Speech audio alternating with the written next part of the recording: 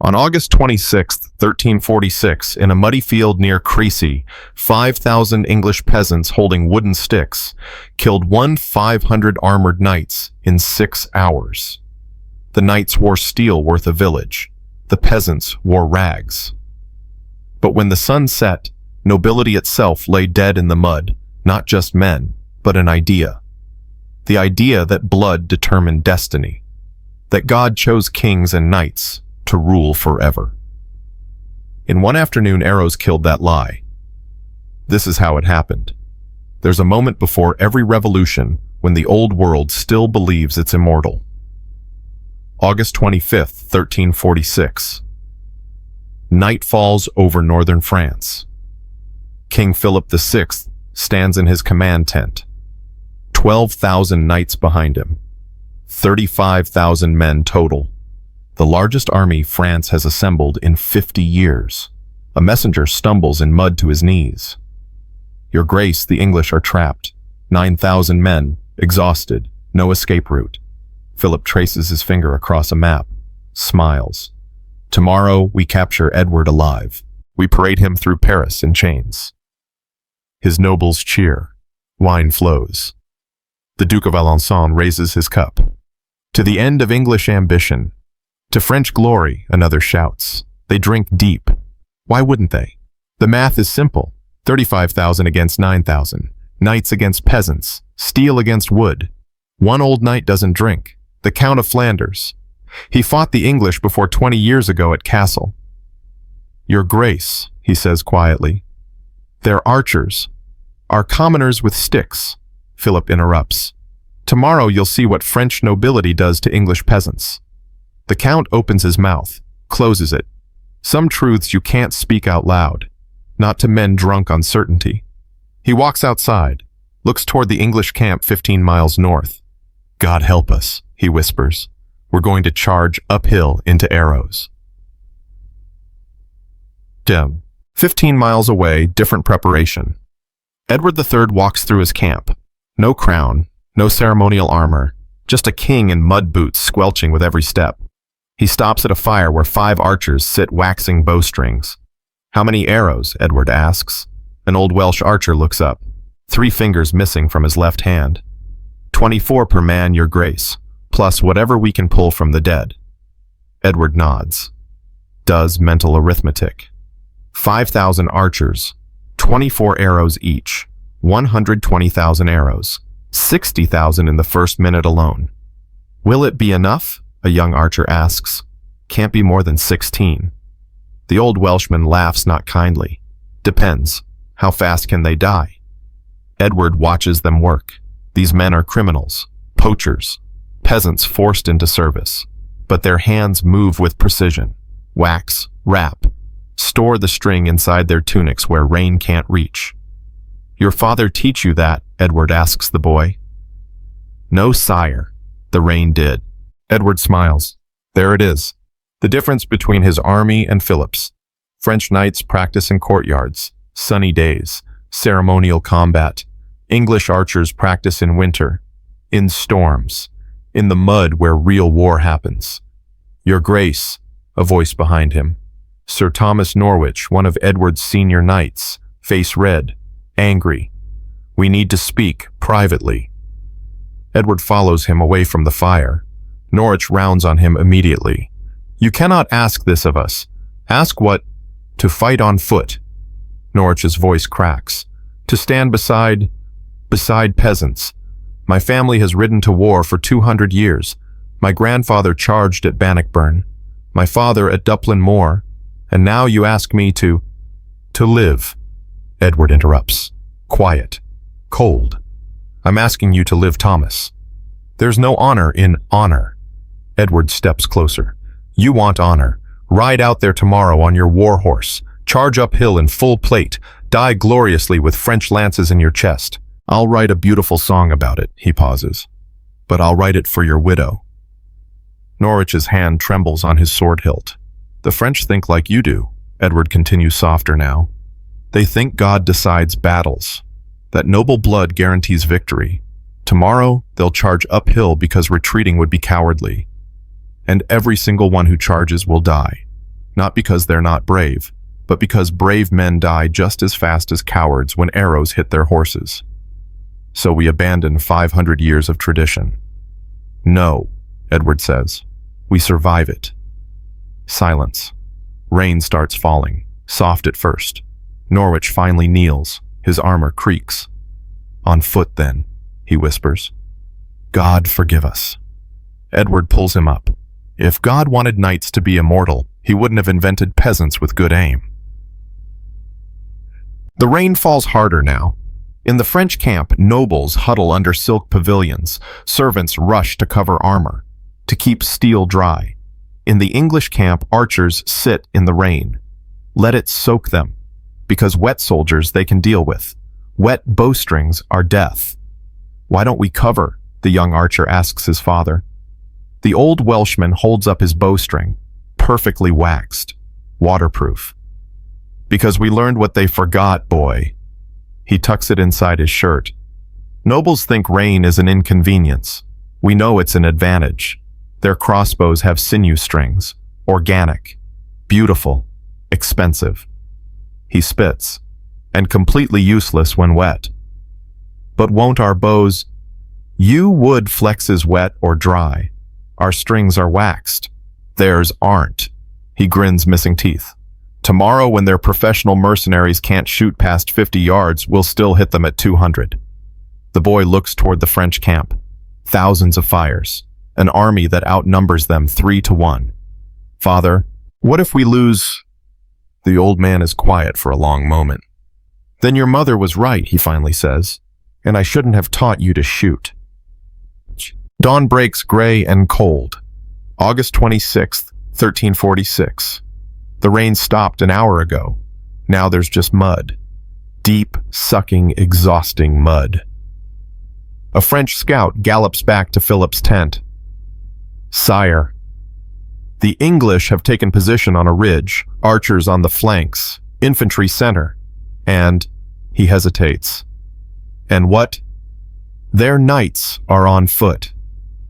Your Grace, standing in formation like common soldiers. The tent erupts in laughter. Edward has gone mad, the Duke of Alençon roars. Or coward, another noble adds, afraid to charge us properly. Only the Count of Flanders doesn't laugh. He's staring at the map, at the ridge. At the slope, the French will have to charge up. Your Grace, he says carefully, perhaps we should wait, organize our formations, let the men rest after the march. Wait. Philip's face hardens. While English peasants mock French nobility, no. We attack now. We attack in force, and we show them what happens when common blood challenges noble birth. The Count closes his eyes, says nothing. Some men can't be saved from themselves. Good. 2 hours later, the French army spreads across the valley. 35,000 men. The sound of armor horses voices a metal river flowing toward the ridge. On the English line, complete silence. The young squire stands beside his master, hands shaking so badly he can barely hold his spear. How many, he whispers. Too many to count, Sir Thomas Norwich says. Not too many to kill. But we're outnumbered. Listen, Norwich interrupts, not harshly, almost gently. See those men down there, the ones on horseback wearing armor worth a village. They think this is theater. They think battle is about individual glory, about honorable single combat, about being brave enough. He pauses. We're about to teach them it's about geometry. Geometry. Norwich points at the ridge, at the angle, at the muddy slope. They have to charge uphill, in mud, while 5,000 archers shoot down at them from 2 directions.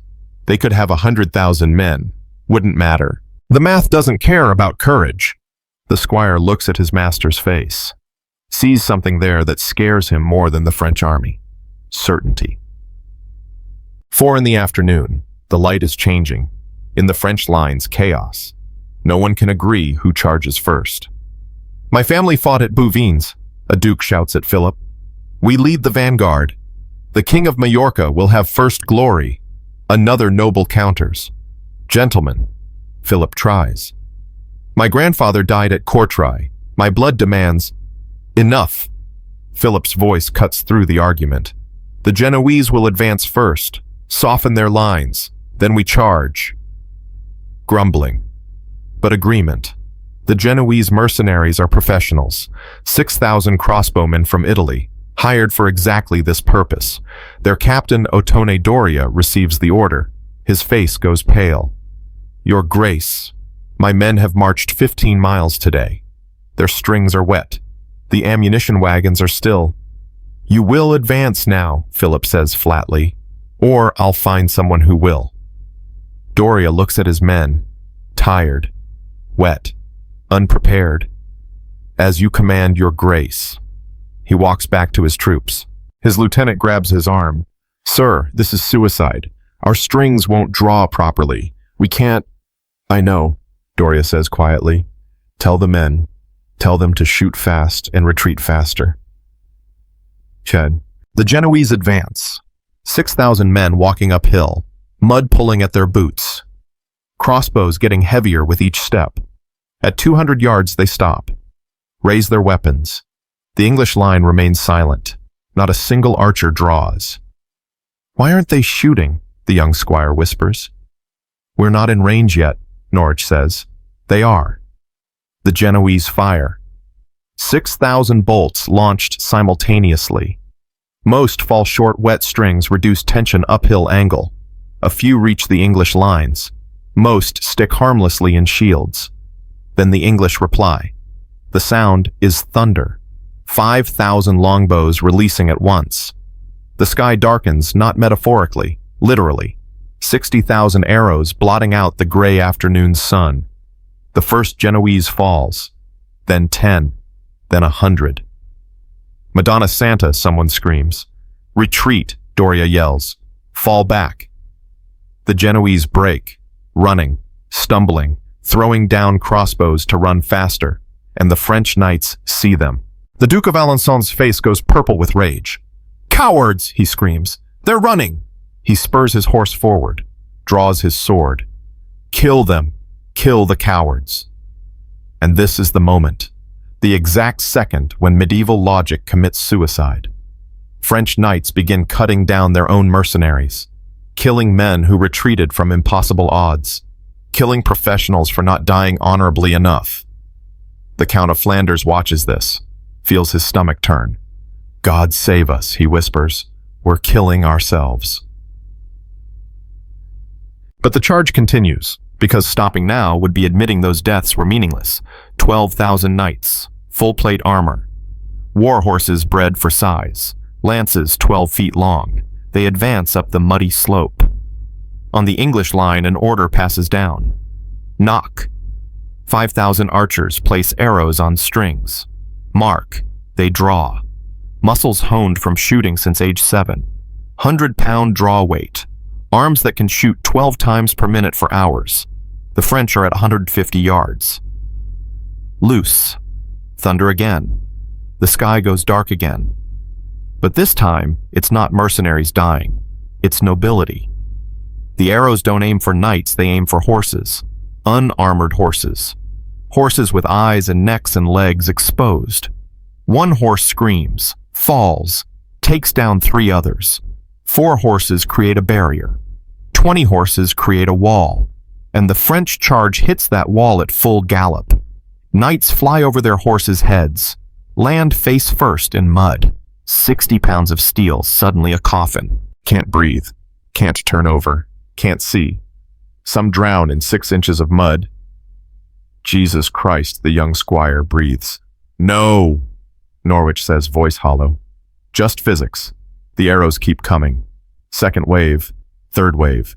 They charge over their own dead, over screaming horses, over knights begging for help. An English archer runs out of arrows, doesn't hesitate, sprints down the slope, pulls shafts from a dead horse, dead man, doesn't matter, runs back, keeps shooting. Is this honorable? The squire asks. His voice breaks. He's crying without realizing it. Norwich looks at him. Really looks. Honor is a peacetime luxury, boy. This is war. And war doesn't care about your grandfather's coat of arms. It cares about who goes home alive. 8th wave. 9th. 10th. The charges get smaller, weaker. But they keep coming because stopping means admitting everything you believed is wrong. Inside the formation, something breaks. You can hear it in their war cries. Not courage anymore, desperation. The old Welsh archer with missing fingers watches French nobles' men who whipped him for poaching rabbits on their land dying in mud. Men whose ancestors declared peasants subhuman. Now drowning in expensive armor, while peasants with wooden bows decide who lives and dies. His son asks, "Father, does it feel good watching them fall?" The old man lowers his bow, quiet for a long moment. When he speaks, his voice is tired. "No, boy, it feels like the end of the world."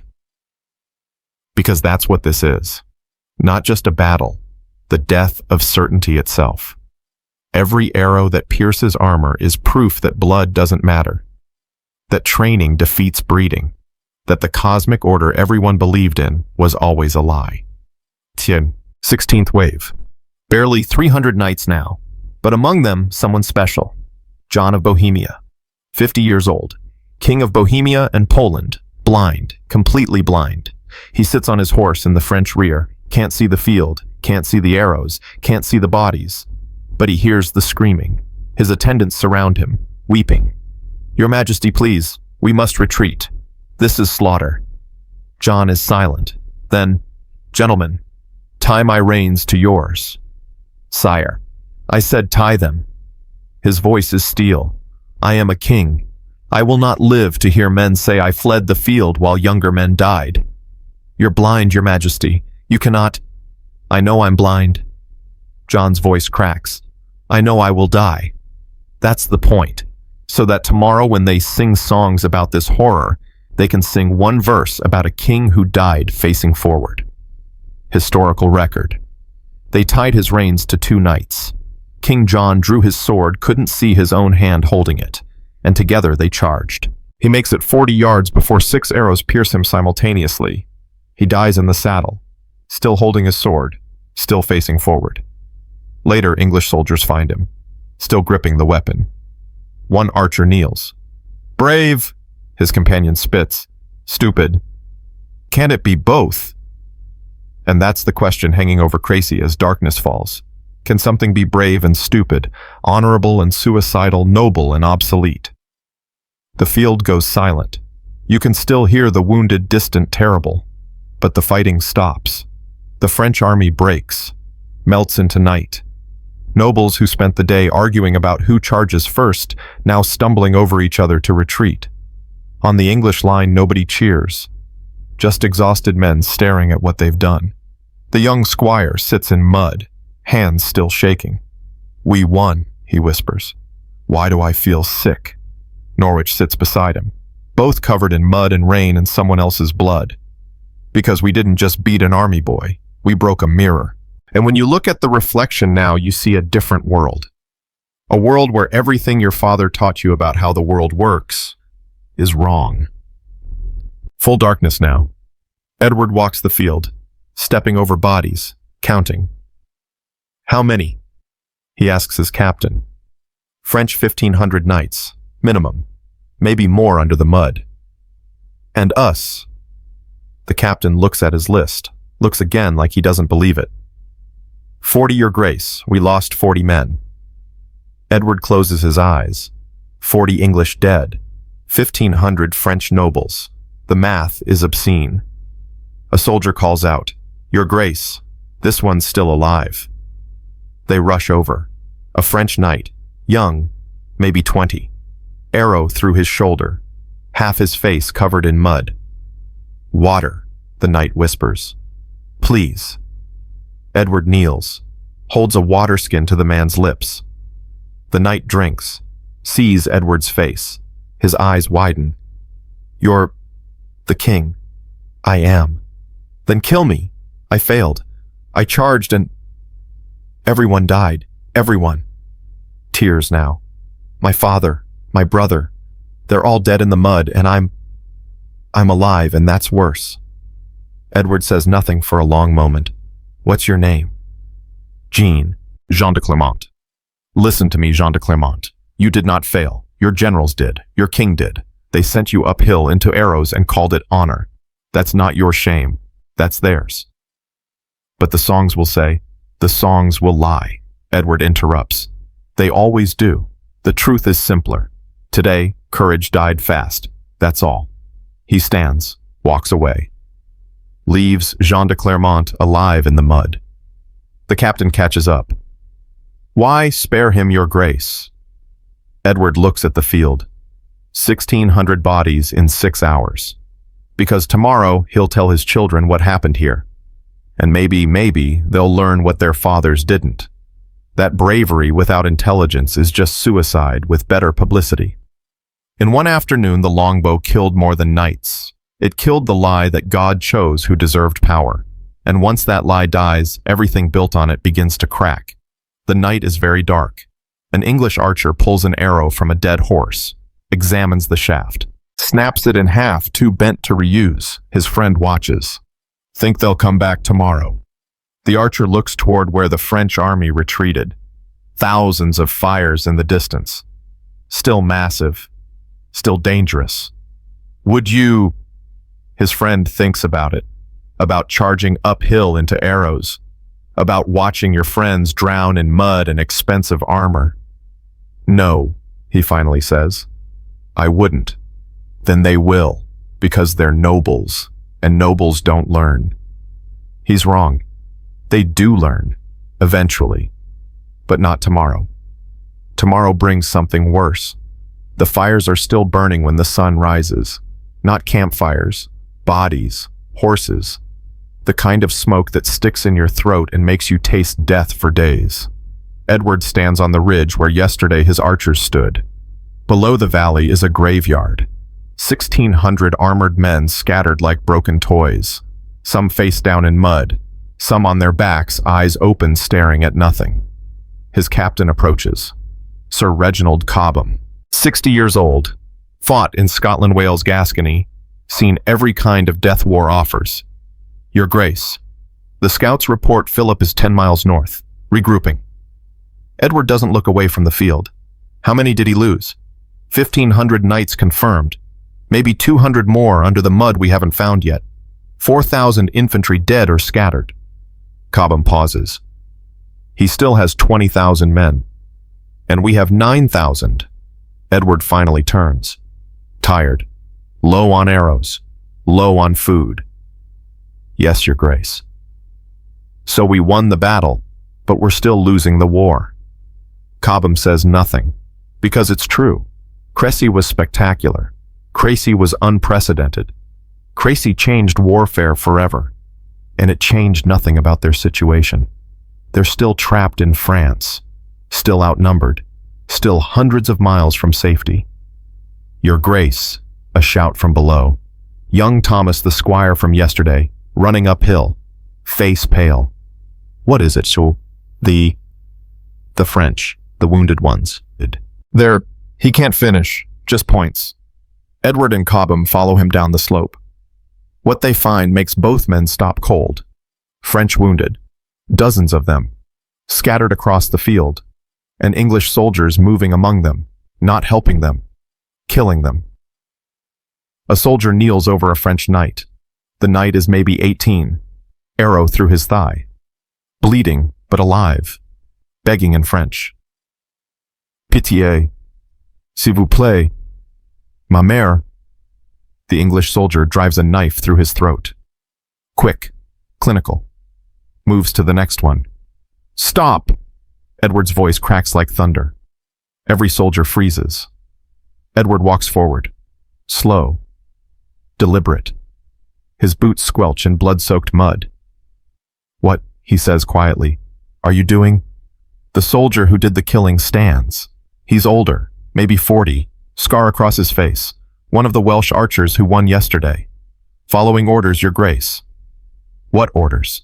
No prisoners. Can't feed them. Can't guard them. Can't let them slow us down. Edward looks at Cobham. Did you give this order? Cobham's face is stone. No, Your Grace. But it's practical. We're besieged. Every mouth we feed is one less for our own men. Every wounded French knight we save is one who'll fight us again in a month.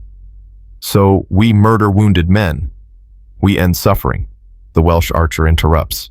Not disrespectfully, matter of fact. That boy you're upset about arrow through his leg. We got no surgeon, no medicine, no clean water. He'd die in 3 days from infection. Screaming. I gave him 3 seconds. That's mercy, your grace. Edward stares at him. At this peasant who yesterday saved England and today is lecturing a king about morality. And the worst part, he's right. How many? Edward asks quietly. Wounded. How many have you ended? The archer looks across the field, counts silently. 43, your grace. Maybe 50 by noon. Edward closes his eyes. 43 men. 43 sons, brothers, fathers, killed in cold blood because keeping them alive is inconvenient. Your grace. Cobham's voice. Gentle. We need to move. Philip knows where we are. He's gathering reinforcements. Every hour we stay is an hour closer to being surrounded. Edward looks at the field one more time, at the bodies, at the smoke, at the Welsh archer cleaning blood off his knife like it's just another day. No more, Edward finally says. The wounded live. We leave them for Philip to collect. Your grace. I said they live. I won't win this war by becoming what I'm fighting against. He turns to leave. Stops. And someone find a priest. These men deserve last rites, even if they were trying to kill us yesterday. He walks away. Cobham catches up. That was merciful, your grace. Possibly stupid, but merciful. Mercy and stupidity, Edward says tiredly. Sometimes I think they're the same thing. They're not. But in war, it's easy to confuse them. Back in the English camp, a different kind of aftermath. The archers sit in groups, not celebrating, just sitting, staring at nothing. The old Welsh archer, the one who killed 43 wounded, sits with his son, neither speaking. The boy's hands won't stop shaking. I killed 6 men yesterday, the boy finally says. His voice is hollow. I counted. 6 arrows. 6 men fell. I watched them. His father says nothing. One of them, he looked at me, right before, like he knew, like he was asking me not to. The boy's voice cracks, and I did it anyway. The old man pulls his son close, not gently, roughly, like he's trying to hold the boy together by force. Listen to me. You did what soldiers do. You followed orders. You kept your friends alive. That's all. But I can still see his face. You'll see it forever, his father interrupts.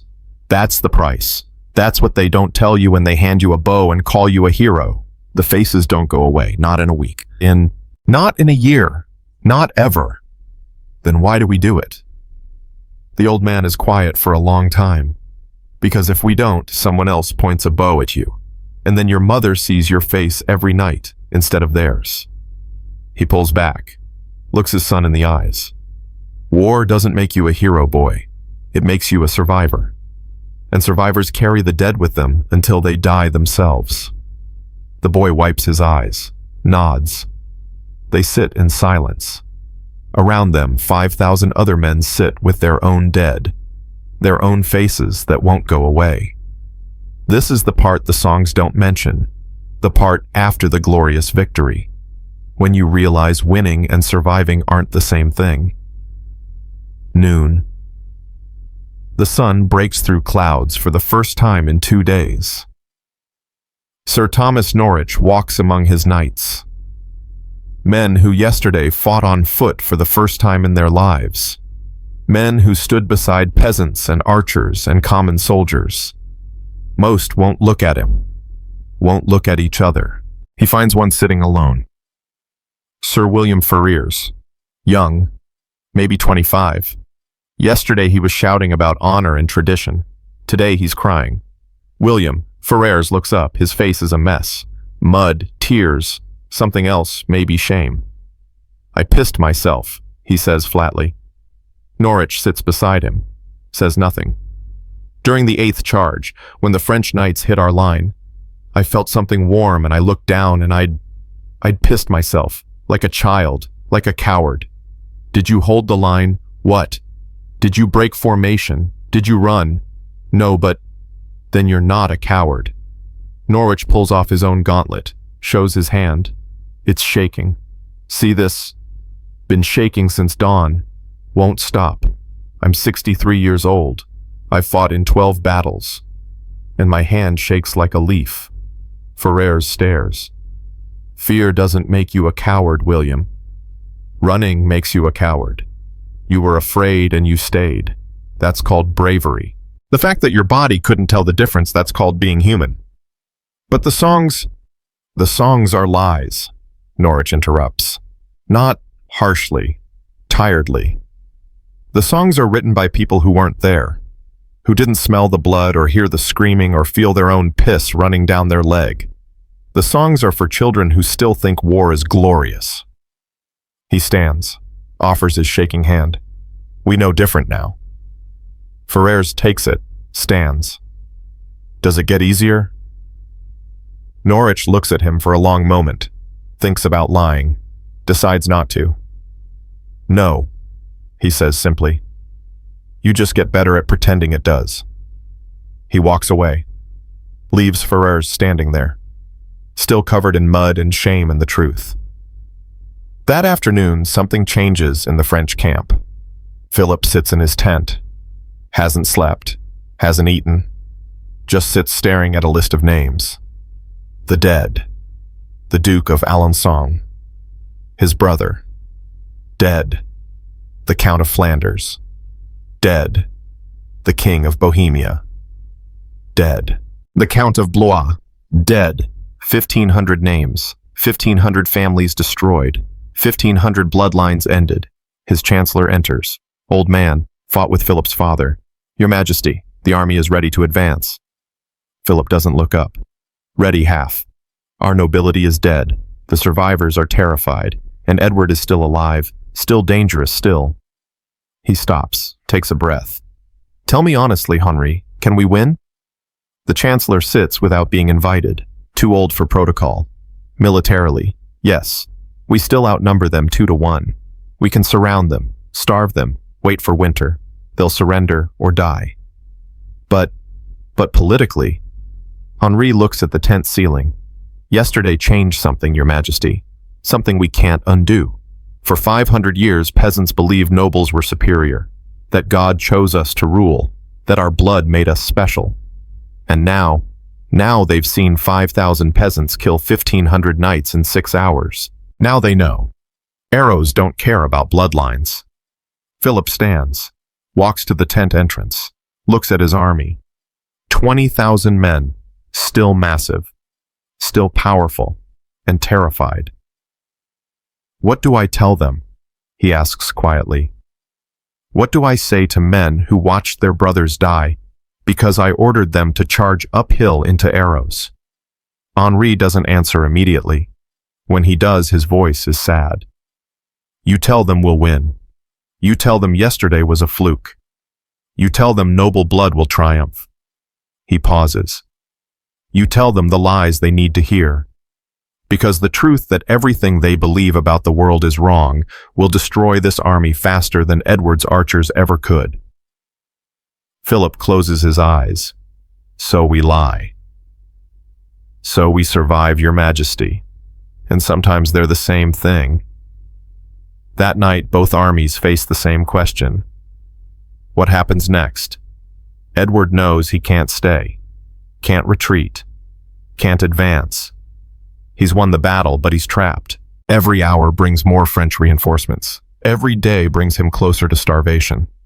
Philip knows he can't charge again, not uphill, not into arrows, but he can't let Edward escape either, not after yesterday. Not after losing his brother, his nobility, his credibility. 2 kings, both trapped by their victories and defeats.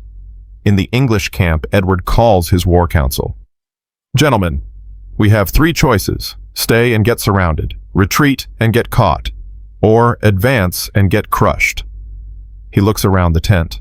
I'm open to suggestions. Silence. Finally, Cobham speaks. There is one option, Your Grace, Calais, the port city, heavily fortified, French garrison. But if we take it, we have a port, a supply line to England, a fortress we can actually hold. And to take it, siege, months, maybe a year. Edward laughs, not happily, bitterly. So we escape one trap by walking into another. Know your grace. We escape one trap by building a better one. We turn Calais into our fortress. Let Philip come to us. Let him be the one besieging. Let him be the one watching his men starve while we're supplied from England. Edward considers this. It's insane. It's desperate. It's brilliant. We march at dawn, he finally says, toward Calais. Toward a siege we can't afford with an army we can barely feed against a city that's never fallen. Your Grace, Norwich says carefully. That sounds like suicide. No, Edward corrects. Yesterday was suicide. This is just incredibly stupid. There's a difference. The council laughs, exhausted, desperate. But they laugh. Because sometimes, when you're trapped between impossible choices, stupidity starts looking like strategy. In the French camp, Philip makes a different decision. We follow them, he tells Henri, slowly, carefully. We don't engage. We just follow. Let hunger do what arrows did yesterday. And if they reach Calais, then we besiege them while they besiege it. A siege within a siege. Let's see how long English pride survives French patience. Henri nods. It's a good plan. A cautious plan. A plan that avoids another Crécy. But as he leaves the tent, he thinks about something Edward said yesterday. Something a captured English soldier reported, courage cannot stop arrows, and pride cannot stop progress. Philip is planning to wait, to be patient, to let time win the war. But time is the one thing medieval warfare doesn't understand yet, and by the time Philip learns that lesson, it'll be too late. Midnight. The wounded French knight, Jean de Clermont, still lies where Edward spared him. An English soldier finds him. Young, maybe 16, brings water. Drink. Jean drinks, looks at the boy's face. Why? He asks in broken English. Why? Not kill. The boy sits beside him. Tired. So tired. King said you deserve to live. Said your generals failed you. Not your fault. Jean laughs. Painful. Bitter. My father died yesterday. My brother. My uncle. All charge. All die. He looks at the sky. I live because I fall first. Arrow in leg. I live because I fail. That's not failure, the boy says quietly. That's luck. Luck. Jean's voice breaks. I watch everyone die. I do nothing. That is luck. The boy is quiet for a long time. My father told me something yesterday. He said surviving isn't about being brave. It's about being fortunate. And feeling guilty about it is what makes you human. Your father is wise. My father has killed 50 men and can't sleep without nightmares. I don't think that's wise. I think that's just sad. They sit together. English boy, French knight, both alive, both broken, both wondering why. Above them stars, below them bodies. Around them, two armies preparing to do it all again. Yesterday arrows killed chivalry. Tomorrow patience will kill hope. But tonight in the space between two enemies share water and wonder if any of this means anything at all. The boy stands to leave. Jean grabs his arm. Your name, Thomas. Thomas, if you see your king, tell him Jean de Clermont remembers mercy. Tell him. Some of us learn. Thomas nods, walks away. He won't see Edward again. Won't deliver the message. 6 months from now, Thomas will die of dysentery outside Calais. Inglorious, unmourned, forgotten. But tonight he gave water to an enemy, and maybe that matters more than all the arrows in the world. Maybe. Dawn. September 4th, 1346. 9 days after Crécy. The English army stands before the walls of Calais. Edward stares up at the fortifications. 30-foot stone walls, 7 guard towers, a double moat, a garrison of 3,000 French soldiers who've had months to prepare. "Well," Cobham says beside him, "we're here." "Yes. Now what?" "Now we wait your grace. Starve them out. Could take 6 months, could take a year." Edward does the math in his head. 9,000 men, 6 months, food, disease, winter coming. "We'll lose more men to dysentery than we lost at Crécy." "Yes, your grace." "Probably. And Philip will follow us, surround us while we surround them." "Yes, your grace, definitely." Edward laughs, not happily. The laugh of a man who's realized he's made a catastrophic mistake, but it's too late to turn back. "So we've traded one trap for another." "Yes, your grace. But this trap has a port. Ships from England, supplies, reinforcements." Cobham pauses. "And something else." "What?" "Hope. Your men followed you here because they believe you can do the impossible. If you turn back now, you prove them wrong. But if you stay, if you actually take this city," he looks at the walls, "then you prove Crécy wasn't luck. You prove everything is changing." Edward is quiet for a long moment. "Build the siege camp," he finally orders. "We're not leaving until those walls fall or we all die trying." "Your grace." A messenger arrives, mud-covered, exhausted. "Message from the garrison commander." Edward takes the letter, reads it. His face goes very still. "What does it say?" Cobham asks. Edward hands it over. Cobham reads aloud, "To Edward of England, who calls himself King of France. The citizens of Calais reject your false claim. We are loyal to King Philip VI, rightful ruler of France. We have food for 2 years. You have food for 2 months. Go home while you still can. We will watch you starve from our walls and laugh." Cobham looks up. They're confident. They should be. They're right. Edward looks at his army. Men already exhausted, already hungry, already wondering if following him was a mistake. But they made one error. What's that? They think this is about food, about logistics, about who can outlast whom. Edward's voice hardens. It's not. It's about what happens when people who've seen the impossible start believing they can do it again. He's wrong, but he doesn't know that yet. 3 weeks into the siege, October 1346. The English camp is a mud pit. Rain hasn't stopped for 5 days. Disease is spreading, dysentery, fever, men dying in their tents from things arrows can't stop. The old Welsh archer buries his 3rd friend this week. Young man, 20 years old. Survived Crécy. Died shitting himself in a tent. His son watches. This isn't glorious. No, his father agrees. This is real.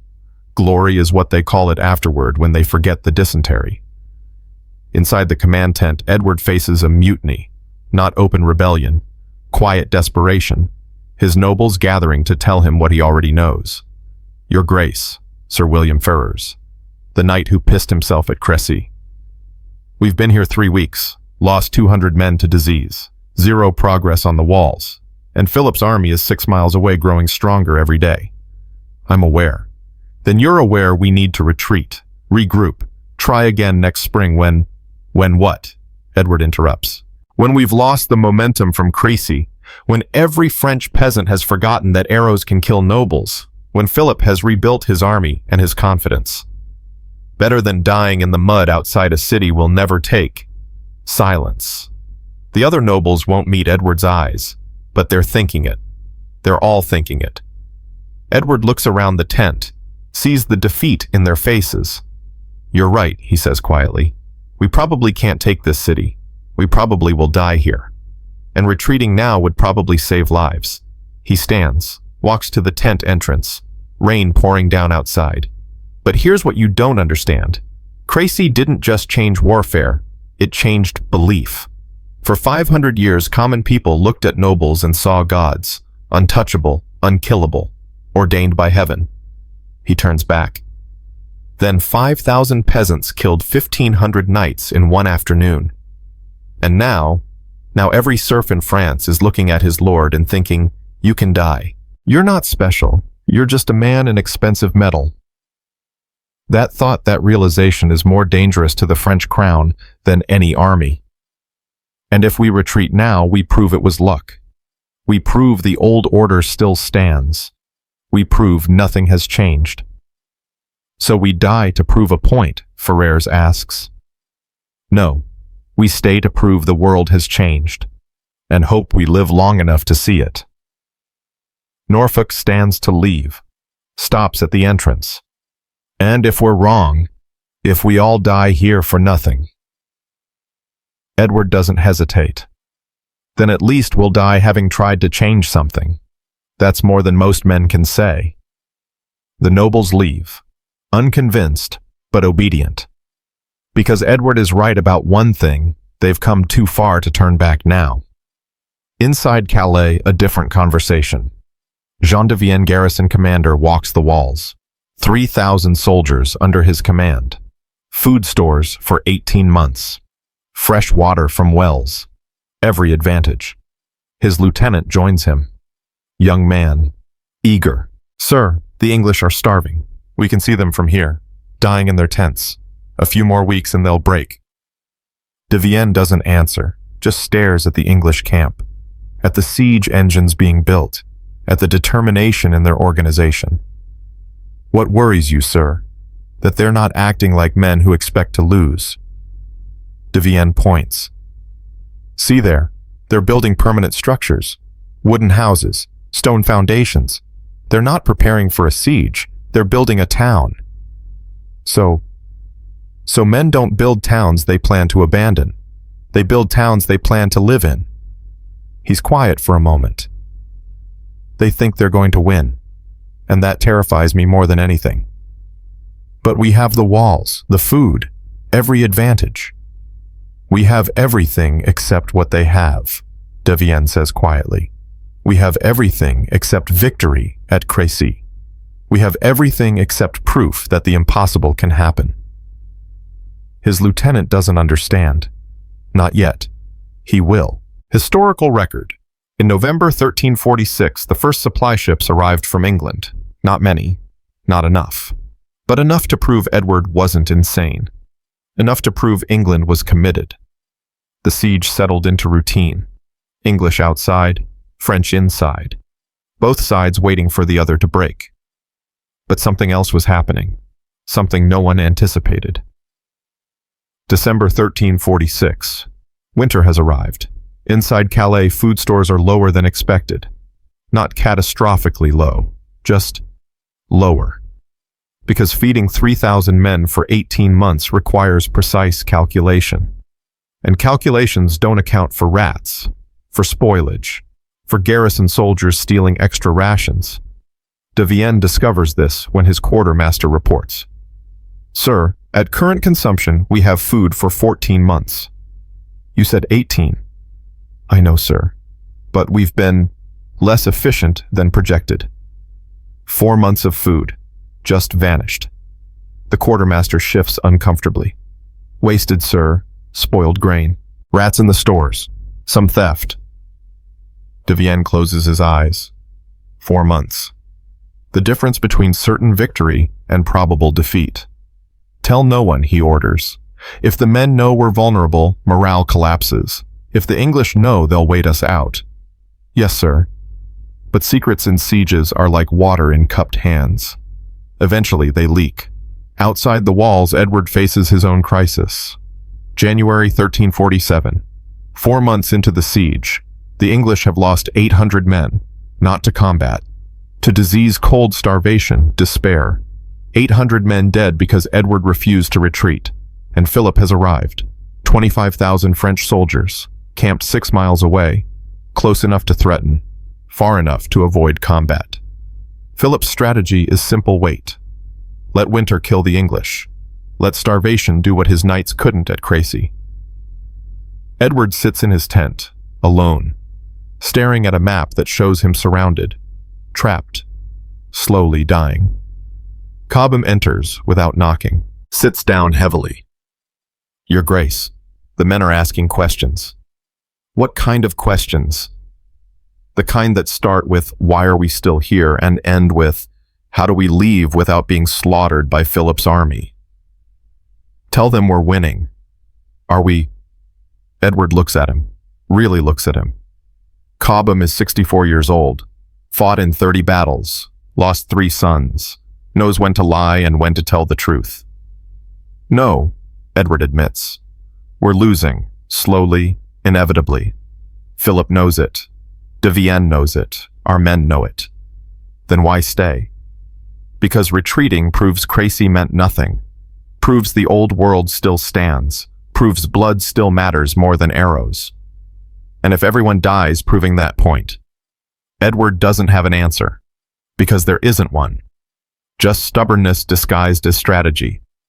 Then something changes. February 1347. A French soldier deserts from Calais, swims the moat at night, nearly drowns, crawls to the English lines more dead than alive. They bring him to Edward. Why did you desert? Edward asks through a translator. The soldier shivers, starving, freezing, desperate. Because I have 3 children in Calais, and I watched a man die yesterday for stealing bread. Bread, Your Majesty. We're supposed to have 18 months of food. We have 6. The tent goes silent.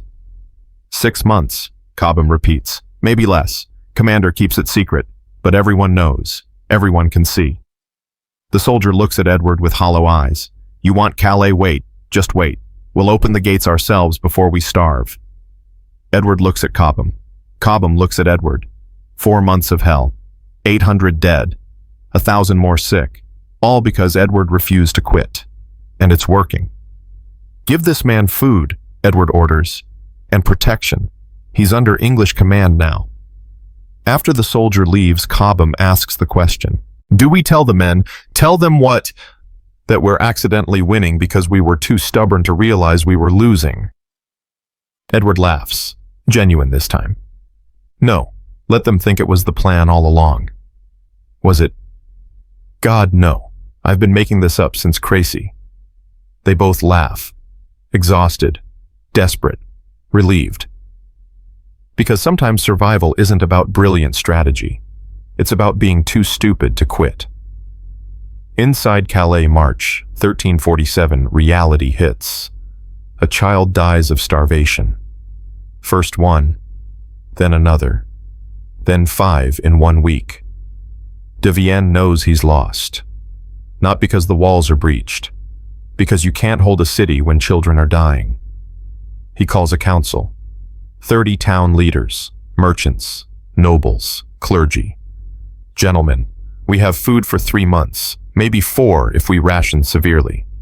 And the English, someone asks. We'll wait. Philip won't attack them. They won't attack us. We'll all just wait until we start eating rats, then leather, then each other.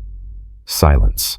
The kind that comes when everyone realizes the same terrible truth simultaneously. We surrender, a merchant says. No, a nobleman stands. We're French. We don't surrender to English peasants who got lucky once. Lucky. The merchant's voice shakes. They've been here 6 months, in winter, starving, dying, and they're still here. That's not luck. That's... He struggles for the word. That's something else. It's insanity, the nobleman says. Maybe. The merchant agrees. But insane men who don't quit are more dangerous than sane men who do. De Vienne raises his hand. Silence. We send a delegation. Ask for terms. If Edward is merciful, we surrender. If not, we wait and pray. Pray for what? That Philip saves us before our children all die. Philip doesn't. Because Philip is 6 miles away with 25,000 men playing the long game, not realizing the game has already been lost. April 1347. The delegation from Calais approaches English lines. 6 men, unarmed, white flags, desperate. They kneel before Edward. Your Majesty, we come to discuss terms of surrender. Edward looks at them. These proud French citizens, kneeling, begging, offering him the one thing he's bled for 8 months to achieve. And he feels nothing. No triumph. No satisfaction. Just exhaustion. What terms do you propose, he asks. Safe passage for all citizens, protection for our garrison, and no. The word drops like a stone. Your Majesty, no terms. You rejected my authority. You mocked my men. You said you'd watch us starve and laugh. Edward's voice is flat, empty. So here are my terms. Unconditional surrender. I choose who lives. I choose who dies. You choose nothing. The delegates look at each other. Horror dawning. You would murder civilians. I would do what you forced me to do. You chose this siege. You chose 800 English deaths. You chose children dying of starvation. Not me. You. He leans forward. So yes, unconditional surrender, or stay inside and finish dying. They retreat. Horrified, broken, Cobham waits until they're gone. Your Grace, you're not actually going to execute civilians, God, no. I'm not a monster. Edward's voice softens, but they don't know that, and fear will open those gates faster than generosity ever would. So it's theater. All war is theater. The only question is who writes the ending. 3 days later, August 4th, 1347, the gates of Calais open. Not soldiers emerging, citizens, starving, desperate, led by 6 town leaders in rags and ropes around their necks, offering themselves for execution to spare their city. Historical record documents this moment. The burghers of Calais. 6 volunteers walking to their deaths to save 3,000 others. Edward watches them approach. These men prepared to die. These men who spent 8 months mocking him. And he feels something unexpected. Respect. They kneel before him, say nothing, just bow their heads and wait for the axe. Edward stands, walks forward, looks down at them. Why? He asks quietly. One looks up. Old man, maybe 60, tears on his face. Because someone must pay for our pride. Better us than our children. Edward stares at him. At these men choosing death with dignity, choosing sacrifice over surrender. He draws his sword. The entire English army holds its breath. Edward raises the blade, brings it down, and cuts the ropes from their necks. Go home, he says quietly. Tell your people Calais belongs to England now. Tell them their leaders were brave. Tell them... He pauses. Tell them I'm tired of brave men dying for stupid reasons. The old man stares at him, shocked, confused. You're sparing us. I'm ending this. The siege is over. The war is over. Crécy is over. All of it. Over. Edward sheathes his sword, turns away. Someone find these men food, and someone find me a ship. I'm going home. He walks away, leaves the 6 men kneeling in mud, alive, weeping. Cobham catches up. Your Grace, that was mercy. No, Edward says quietly. That was exhaustion. There's a difference. In war, victory and defeat are twins. Both leave you hollow. Both leave you wondering if winning was worth what you lost to achieve it. And sometimes the only way to win is to walk away while you still remember why you started. That night, Edward stands on Calais walls. The city is his. The siege is over. History will call this a triumph. But all he feels is tired. Behind him, England. Ahead, France. Around him, 8 months of death that achieved. What a port city, a tactical advantage. or just proof that stubborn men with arrows can outlast proud men with swords? He doesn't know. And right now, standing on these walls, he doesn't care. Tomorrow, Philip will retreat. The war will continue. The songs will start. History will remember. But tonight, a king stands alone on conquered walls and wonders if any of this means anything at all. The ships arrive 3 weeks later, not warships, merchant vessels, bringing supplies, taking wounded home, taking Edward home. The old Welsh archer stands on the dock watching crates being loaded, his son beside him, both thinner than they were at Crécy. Everyone is thinner. "We're leaving," the boy asks. "King is. Some of us stay. Garrison duty. You?" The old man nods, doesn't look at his son. For how long? Until they send replacements. Could be months. Could be years. He finally turns. "You're going home, though. Back to Wales. Back to your mother."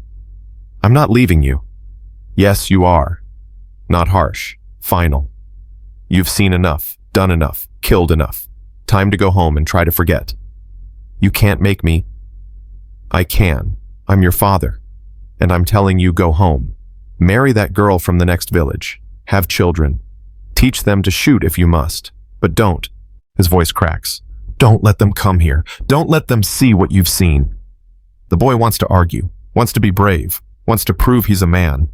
But he's 17, and his father is crying, and sometimes being a man means knowing when to leave. "I'll tell mother you're well," he says quietly. "Don't lie to her. Tell her I'm alive. That's different than being well." They embrace. Brief. Rough. The way men do when showing emotion is still considered weakness. The boy boards the ship. The father watches it leave. Stands there long after it disappears over the horizon. A voice behind him. "You know you could have gone home too." The old archer turns. It's Thomas Norwich. Still here. Still alive. 64 years old and still refusing to die. "Could have," the archer agrees. "Didn't want to." "Why not?" "Because I know what's waiting for me back there. People asking about glory, about honor, about what it was like to kill French nobles." He spits. "How do I tell them it was like killing anyone else, that knights bleed the same as peasants, that the only difference between nobility and common folk is expensive armor?" Norwich says nothing, because there's nothing to say. You can't explain war to people who haven't seen it. Can't explain that glory is just another word for organized murder. "So you stay here," Norwich says. "So I stay here. In this French city we bled for, surrounded by people who hate us, waiting for the next war." The archer looks at the walls of Calais. Better than going home and lying about what we did. Norwich understands, because he's doing the same thing, staying in Calais instead of returning to England, avoiding the songs, avoiding the celebrations, avoiding the lie that any of this was glorious. "You think anyone learns?" the archer asks. "From Crécy. From here you think nobles look at what happened and realize they're not special." Norwich is quiet for a long time. "Some do," he finally says. "But most will convince themselves it was a fluke. Bad luck, tactical errors, anything except the truth. Which is that everything they believe about the world is wrong, and people will die, thousands will die before they accept that." The archer nods, because he knows it's true. Crécy changed warfare, but it'll take generations to change minds. "So we did all this for nothing," he says. "No," Norwich corrects. "We did all this for something. We just won't live long enough to see what." That's the tragedy. Not the deaths, not the suffering, but the knowing that everything you fought for won't matter for decades. That you broke the world without seeing what replaces it. In Philip's camp, 6 miles away, a different tragedy unfolds. The French king sits in his tent, hasn't moved in 3 days, just sits, staring at maps that don't matter anymore. His Chancellor Henri enters. Old man, loyal, worried. "Your Majesty, Calais has fallen. Edward is leaving. Our scouts report—" "I know what they report," Philip interrupts. Voice flat, dead. "Edward won, we lost. Crécy meant something and we learned nothing." We learned plenty, Your Majesty. We learned English archers are what? Philip finally looks up. His eyes are hollow. Are dangerous, are effective, are capable of killing nobles. He laughs, bitter, broken. We didn't learn that. We watched it happen. We counted the bodies. We buried 1,500 knights. And what did we change? Henri sits down without being invited. Too old, too tired, too honest. Nothing, Your Majesty. We changed nothing. Because changing would mean admitting we were wrong. That 500 years of tradition is obsolete. That blood doesn't matter. That God doesn't choose kings. Philip's hands shake. And if God doesn't choose kings, what are we? Human, Your Majesty. Just human. Philip stares at him. At this old man who's served 3 French kings, who's seen wars, plagues, famines, who's watched the world change slowly and painfully. Is that supposed to be comforting? No, Your Majesty, it's supposed to be true.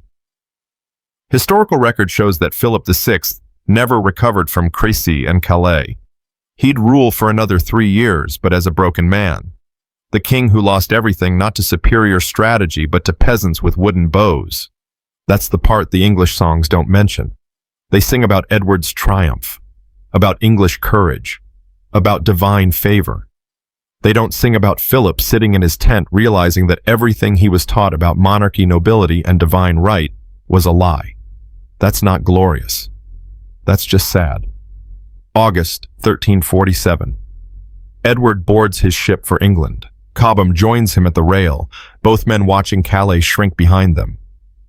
We won, Cobham says. Did we won? We took Calais. We proved Crécy wasn't a fluke. We changed warfare forever. And it cost us 2,000 men, 2 years of campaign. The treasury nearly bankrupted for one city. Edward's voice is tired. That's not victory. That's survival disguised as success. You're being too hard on yourself, Your Grace. Am I? Edward turns, looks at Cobham, really looks.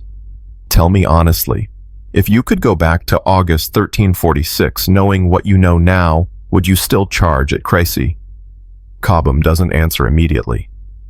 Thinks about the dead, the wounded, the young men who came to France seeking glory and found only mud and dysentery. Yes, he finally says. Because someone had to prove the old world was dying. Someone had to show that arrows beat armor. That strategy beats tradition. That thinking beats breeding. He pauses. But I wouldn't enjoy it. Edward nods. Because that's the truth no one wants to admit. Necessary wars are still horrifying. Just wars still produce corpses. Righteous victories still leave you hollow. When we get home, Edward says quietly, they'll throw celebrations, write songs, call us heroes, and we'll smile and wave and pretend we're not haunted by the faces of dead 18-year-olds who believed us when we said God was on our side. That's what kings do, Your Grace. Then maybe I'm not a very good king. No, Cobham says gently, you're just an honest one, and that's more dangerous than being good. The ship sails into sunset. Behind them, France. Ahead, England.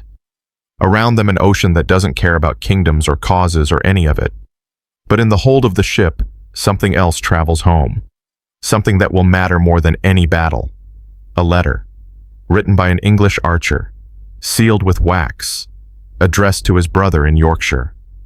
The letter reads, Dear William, I am alive. Many are not. We won at Crécy. We took Calais. The songs will call it glorious. But I was there. I watched knights drown in mud. I watched children starve. I watched brave men die for stupid reasons. If you are thinking of becoming a soldier, don't. If you have sons, teach them to farm. War is not what the songs say. War is standing in rain, pulling arrows from corpses to shoot at other men who are just following orders like you are. If this is glory, God, help us all. Your brother, Robert. That letter survives, preserved in a monastery, discovered 600 years later by historians who realize it's one of the few honest accounts of Crécy written by someone who was actually there. No heroics, no glory, just exhaustion and horror and the quiet plea for his brother to choose anything else. That letter matters more than any chronicle written by nobles who watched from hills, because truth isn't in the official histories. It's in the personal ones. The letters home, the prayers whispered in tents, the confessions to priests by men who did terrible things and can't forget. September 1347. Edward arrives in London. The celebrations are exactly what he expected. Crowds, banners, songs about English courage and French cowardice and God choosing sides. He waves, smiles, plays the role of triumphant king. But that night alone in his chambers, he opens a locked chest. Inside letters from the mothers of dead soldiers, 43 of them, one for each man who died of disease in Calais. He reads them, every single one. Does this every month, some kind of penance he's invented for himself. Your Majesty. A knock. His wife, Queen Philippa. Come in.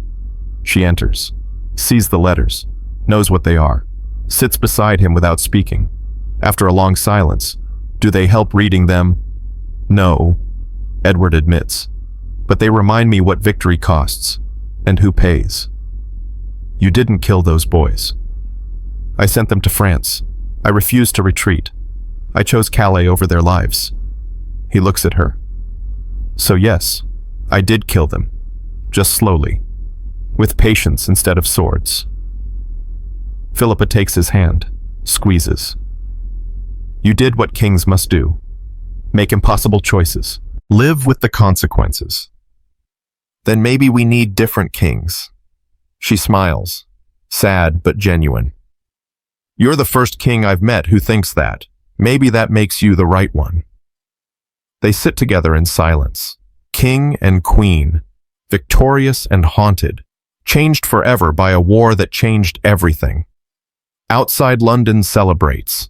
Inside, Edward counts the cost and wonders if anyone ever wins wars, or if they just stop losing for a while.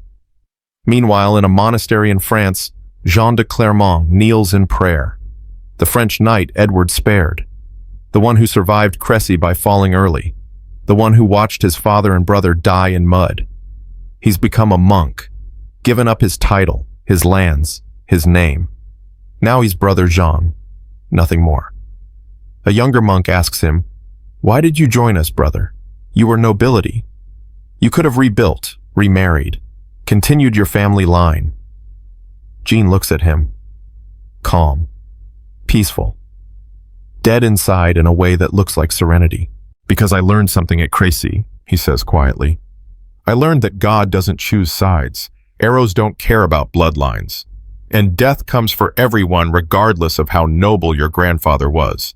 He pauses. "If none of that matters, then why pretend it does? Why not serve God directly instead of serving kings who claim to serve God? But you survived. God spared you for a reason." "God spared me by accident. An arrow hit my leg instead of my chest. That's not divine intervention. That's luck. And I don't want to spend the rest of my life pretending luck is purpose."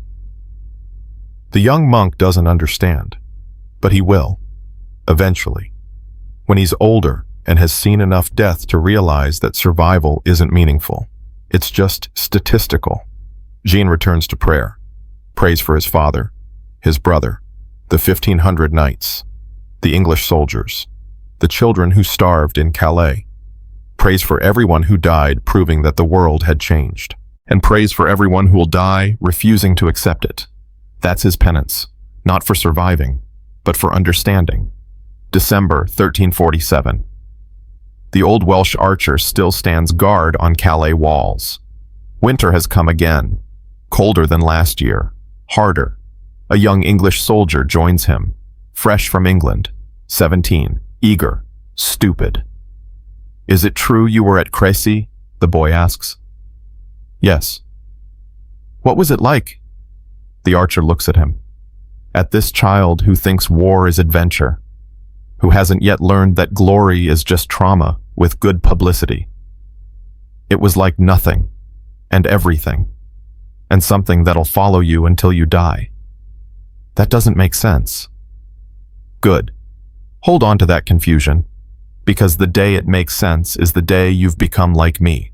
And trust me, boy, you don't want to become like me. The young soldier laughs nervously, thinks the old man is joking. He's not. That night, the archer writes a letter to his son, back in Wales. Probably married now, maybe with children. Dear boy, I am still alive, still in Calais, still standing on walls protecting a city that hates us. I think of you often. Wonder what you tell your children about me. Hope you tell them I was a farmer who went to war, not a soldier who used to farm. There's a difference. One of those men can come home, the other can't. I chose wrong, don't you, your father. He seals the letter. Knows it'll probably never be sent. Knows his son probably doesn't want it anyway. But he writes it because some truths need to be written even if no one reads them. Behind him, Calais sleeps. French city under English rule. Symbol of everything that changed at Crécy.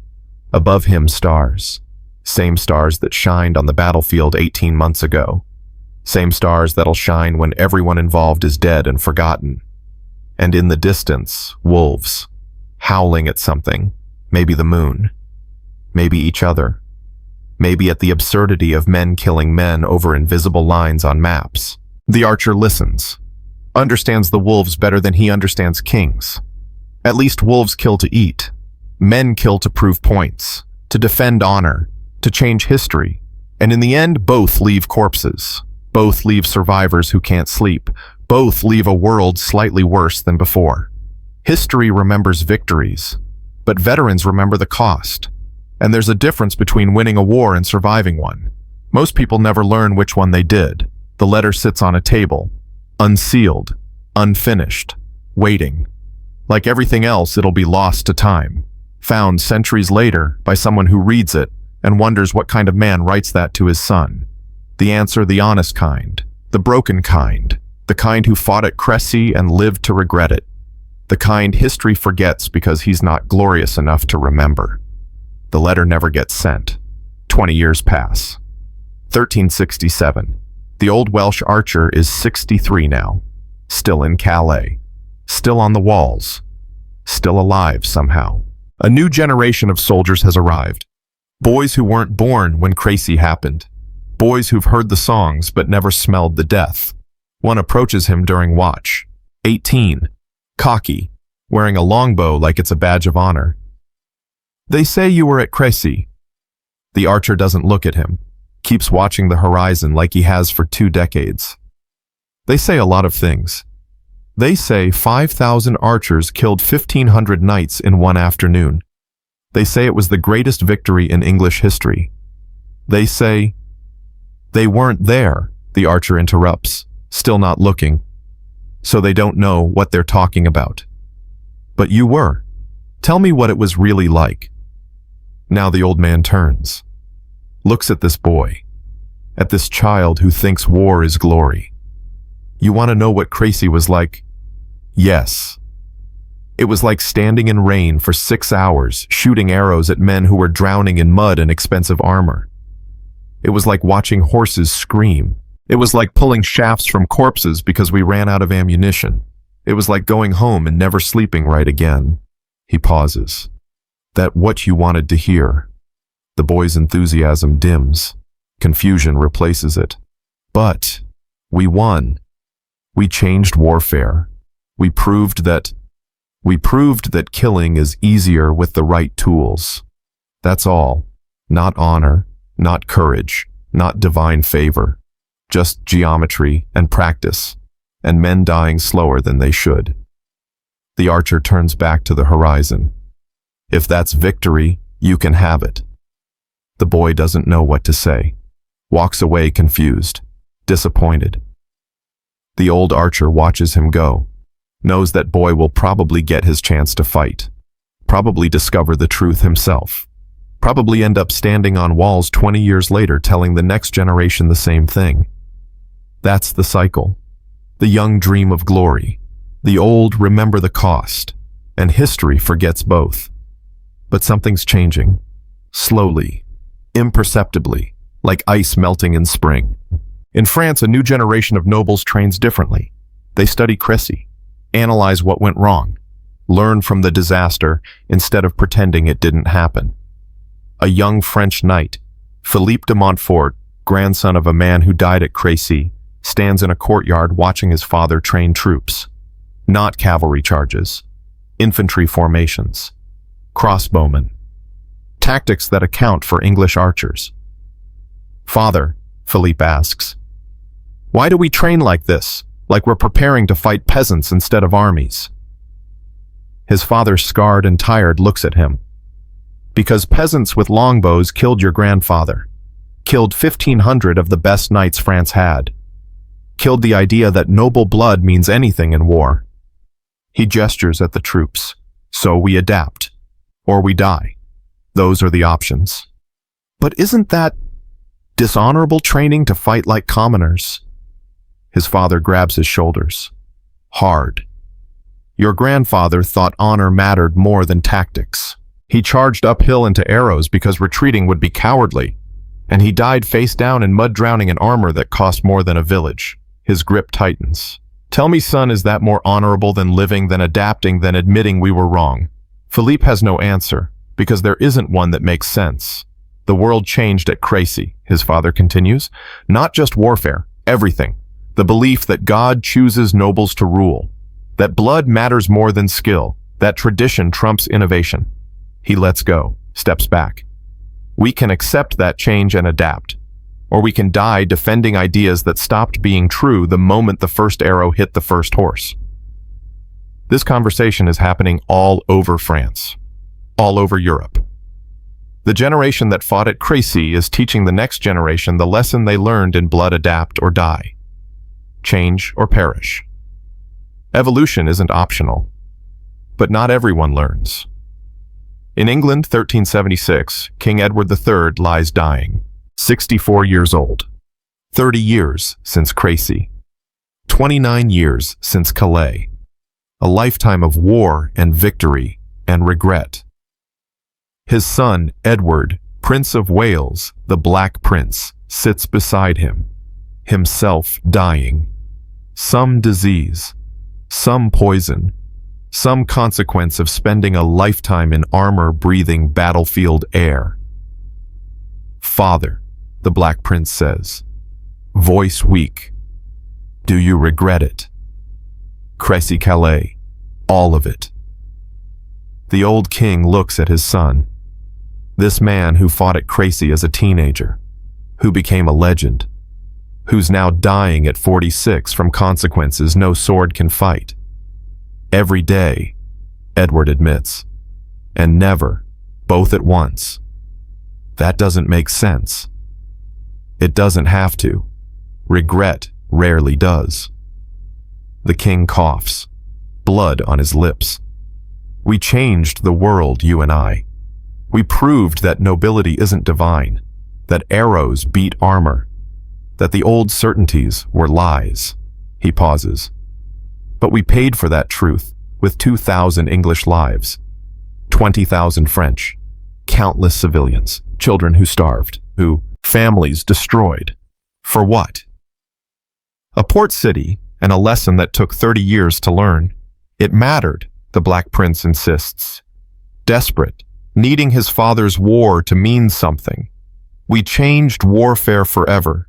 We traded one kind of killing for another, made war more efficient, more deadly, more democratic. Edward's voice is fading. Whether that's progress or tragedy depends on which side of the arrow you're on.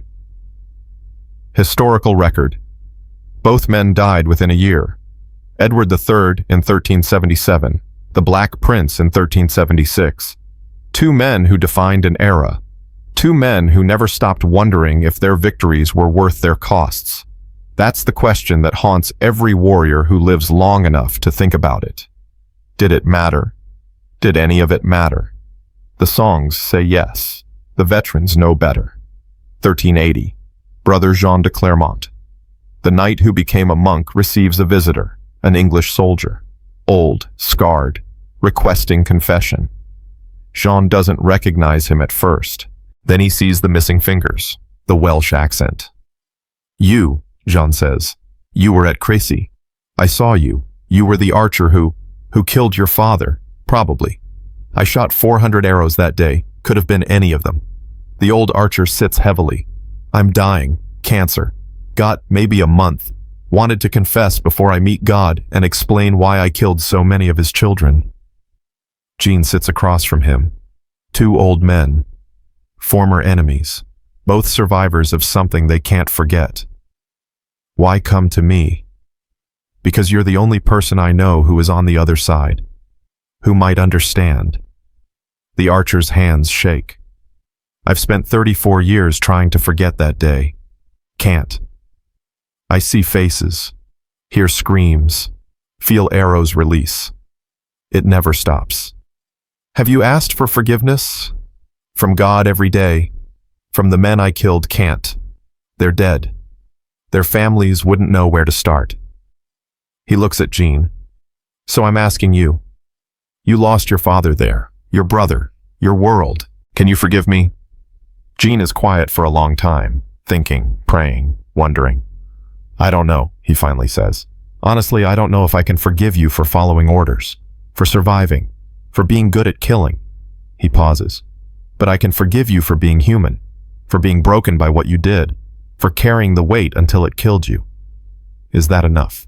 It has to be, because it's all any of us can do. They sit in silence, two old men who fought at Crécy from different sides, both casualties, both wondering if any of it meant anything. Do you think God forgives wars? The archer asks. I think God weeps at them, and forgiveness comes later, maybe centuries later, when enough generations pass that we finally learn the lessons written in blood.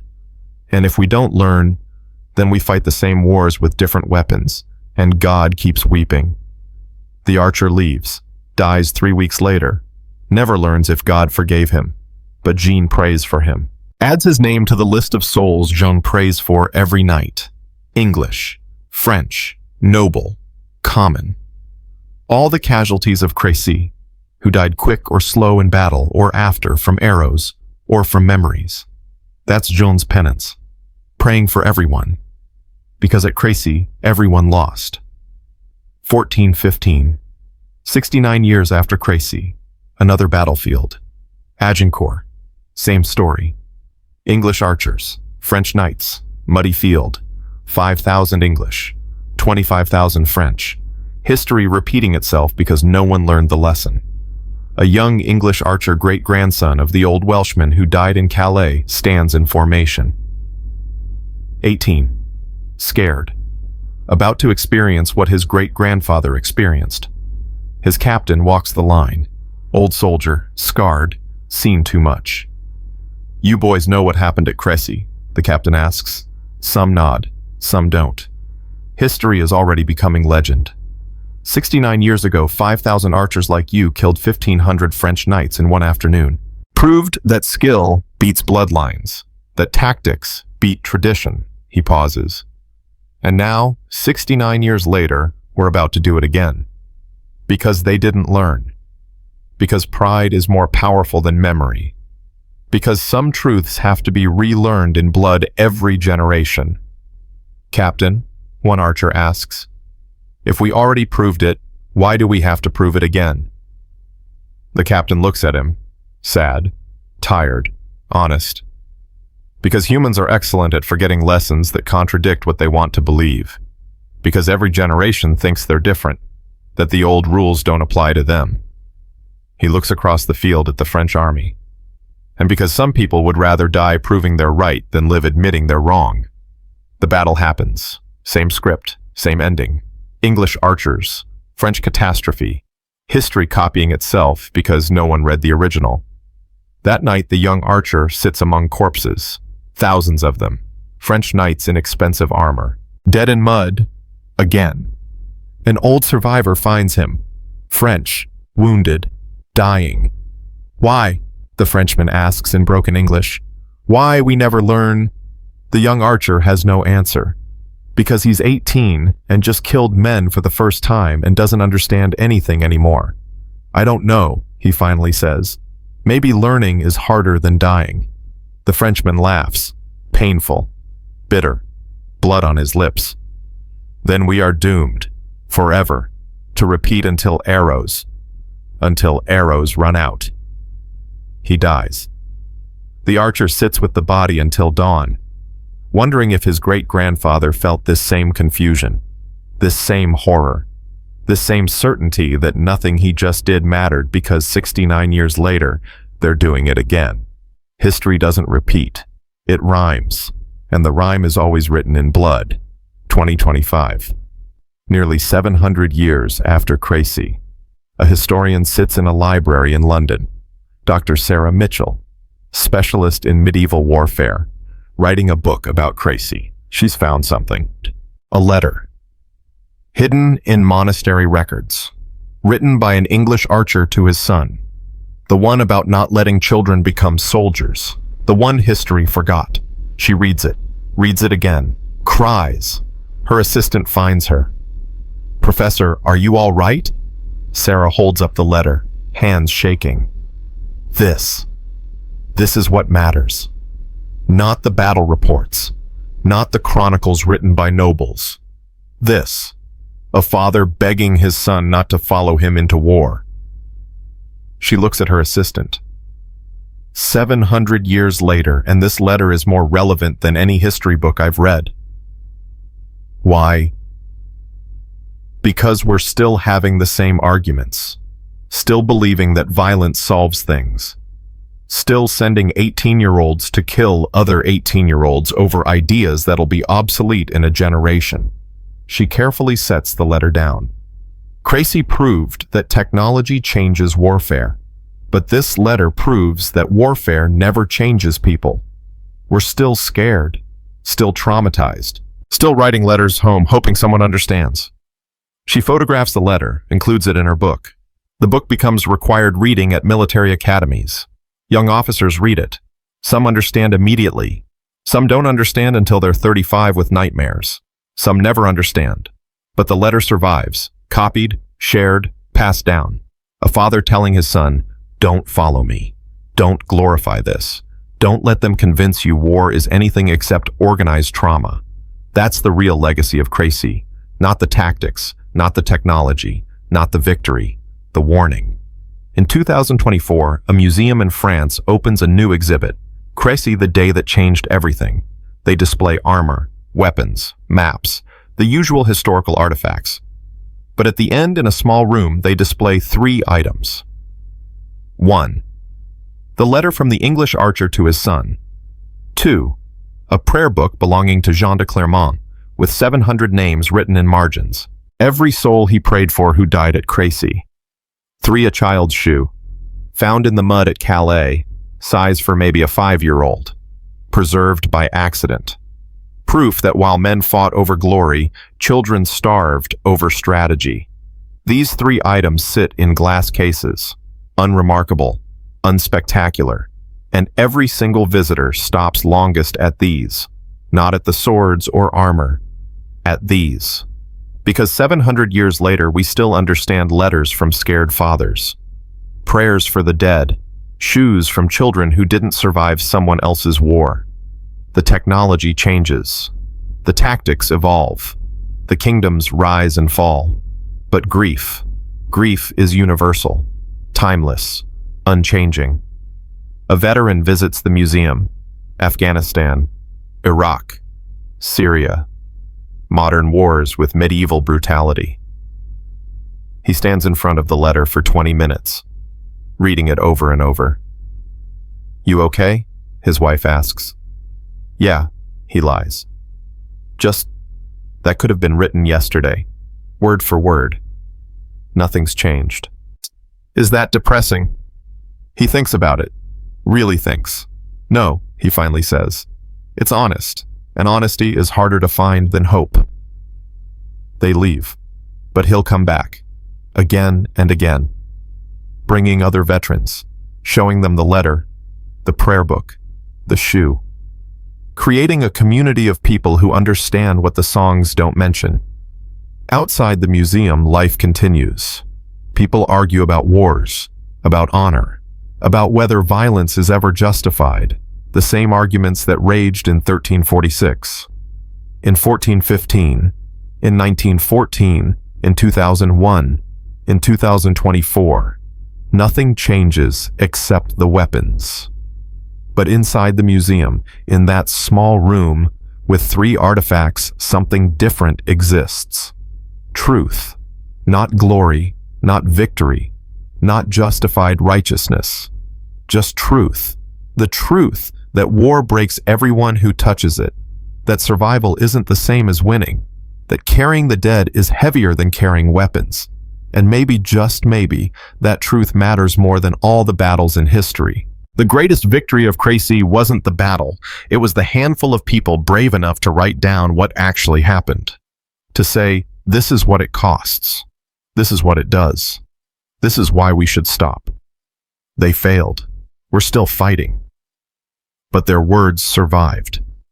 And as long as truth survives, hope survives with it.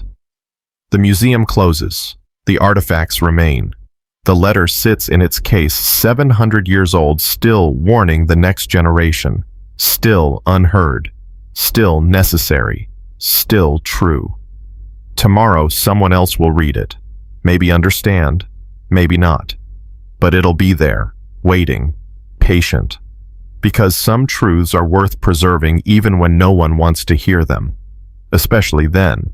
If you believe their names deserve to be remembered, the archer who warned his son, the monk who prayed for enemies, the child whose shoe survived, share this story.